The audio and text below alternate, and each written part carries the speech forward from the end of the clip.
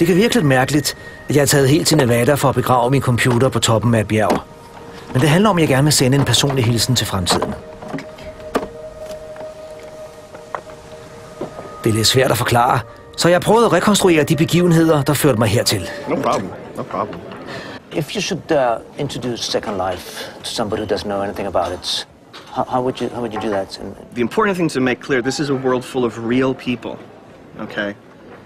The environment of all those people that you see, there is a human being behind the graphical representation of them. I computersprog kalder man sin egen figur på internettet for en avatar.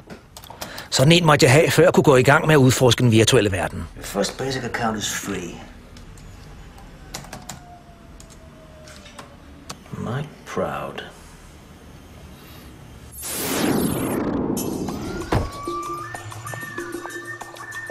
Min første avatar var en slags standardmodel, der fulgte gratis med, da jeg oprettede en konto i Second Life. Jeg fløj rundt på må og få, og skulle lige til at logge mig af, da jeg hørte lyden af musik.